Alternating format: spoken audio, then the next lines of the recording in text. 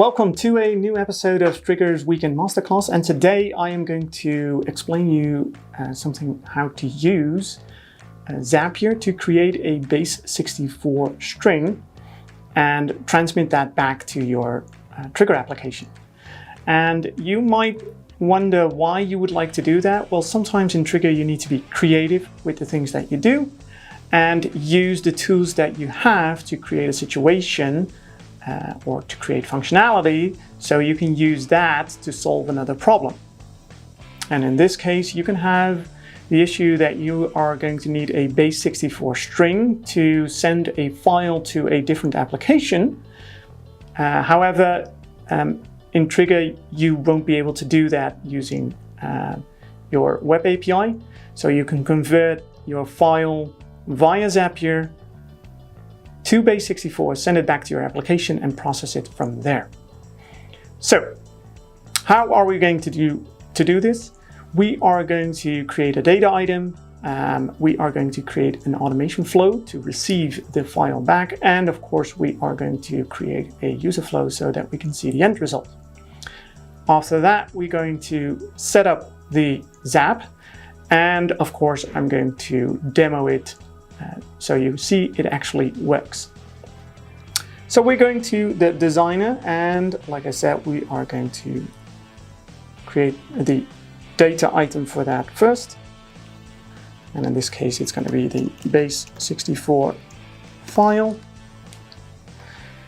And I always add a sequence to, or a lot of times when I receive stuff, I add sequences to my data items so I can always see which one I've received or processed the latest. I'm going to add the text, because in that text we are going to receive the Base64 string of the file. The data has been prepared, so let's go to the automation flow, because this is going to be the interface where Zapier will post the Base64 string. We are going to call it receive Base64 file, connection trigger. The input, of course, is going to be a text.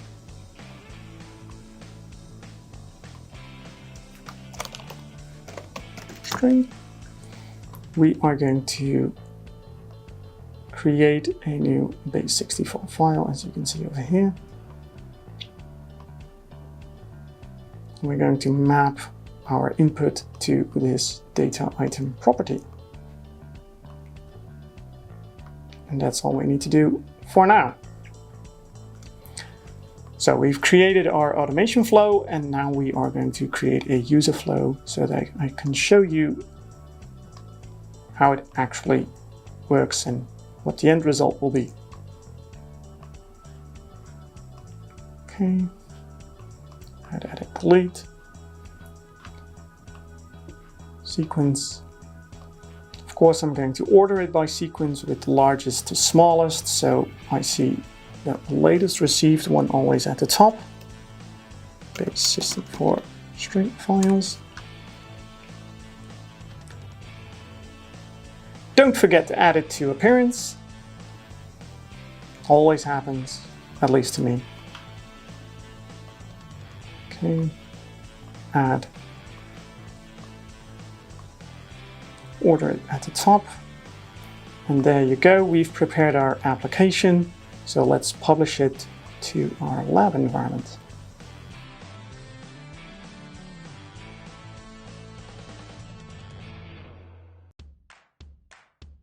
Okay, so the application has been published, and let me show you how it looks first. So we have the overview here, and this is where we will receive the Base64 file string.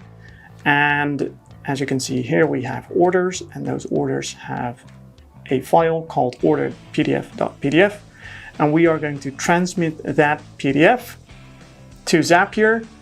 Zapier is going to use a converter to convert it to Base64, and then we're going to send it back to the application so I can show it to you. So let's create the Zap. I'm going to create a new Zap.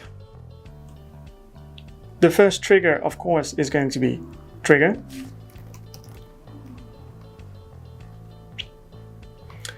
Event is going to be a data change.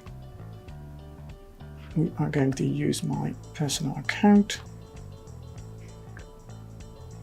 Continue.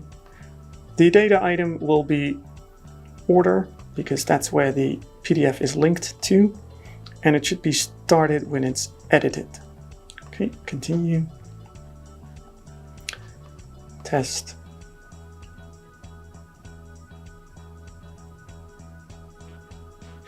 And what you see here is quite interesting because here you see the item which starts and ends with hydrate. And that's actually the file type, so to speak, that Zapier uses to exchange documents. So this is what we're going to use.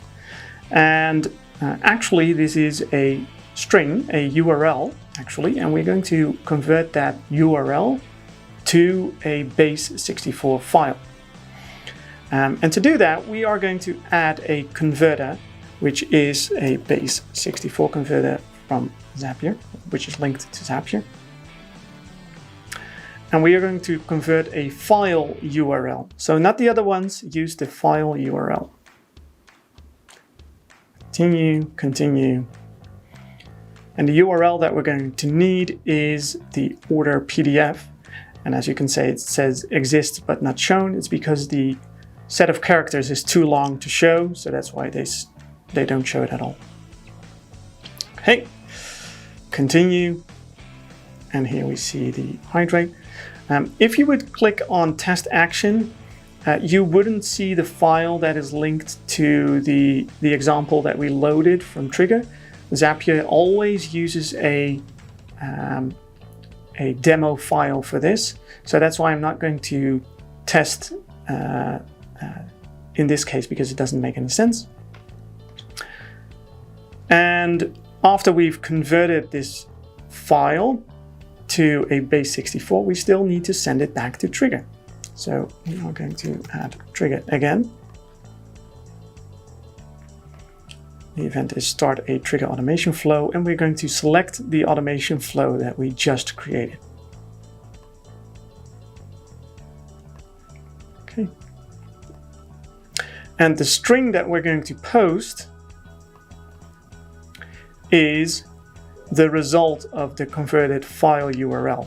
So you also see the file name here, by the way, so you can use that as well. But in this case, we're just going to use this result item. And as you can see, it's a very large set of characters. Okay, continue. And we're not going to test this either. But we are going to publish it so that we can see the end result. Oh, by the way, let's name it Base64 string. Okay. So let's go to orders, our normal application. We are going to change one of the orders, and then it will be received here at Base64 files. So let's do that. Admin order. Edit. We're going to send it to Zapier. And by changing or filling out a date, it will change the order, and then it will be sent to Zapier. We can see that right here. So we're going to Zap history.